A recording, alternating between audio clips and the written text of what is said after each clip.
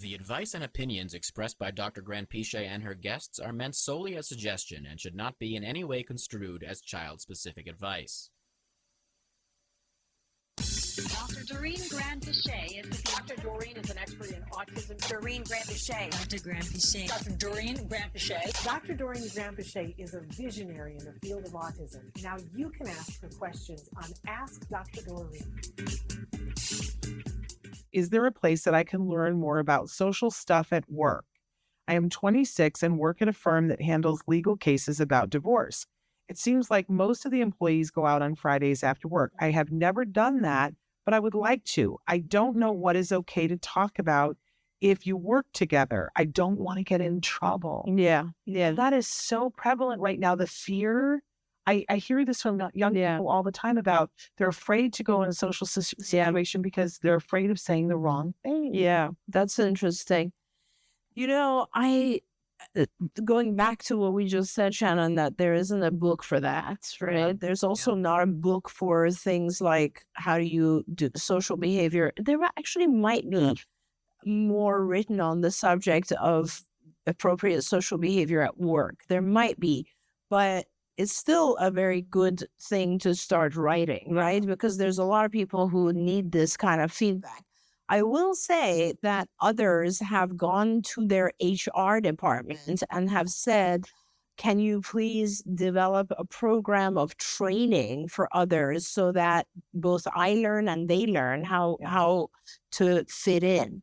It's a very important thing. A lot of organizations, larger organizations, do have training for both sides. There's a training for other employees to really know how to encourage an individual who has autism to come and join and to be more accepting and so on. But also another part of that training is for the individual to know the rules of society at work, and also to know that they often, other organizations will give that person kind of a consultant or someone that they can go to have those conversations. We used to have this situation with one of our prior patients who was working at CARD, and I think it was very, very useful to that individual to be able to in the morning go and have a conversation about what happened yesterday or how they're behaving or what's okay and what's not okay with their consultant or with their mentor. We call that a mentorship meeting, mentor meeting. And now there are people who you can, contact and hire. Now they're calling it job coaching. For this.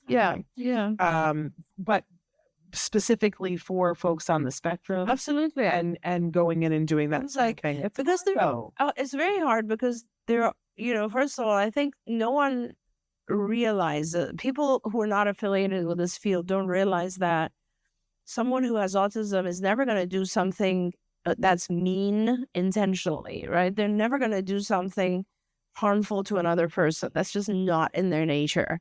If they do something, they have no bad intent.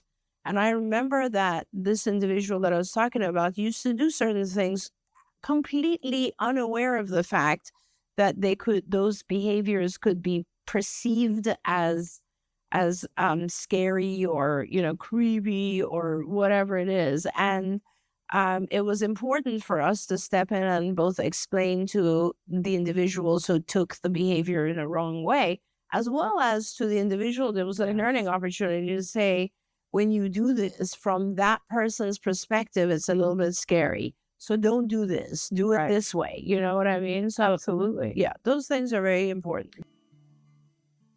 Don't forget, you can watch Ask Dr. Doreen live every Tuesday morning at 10 a.m. Pacific time. We hope to see you there.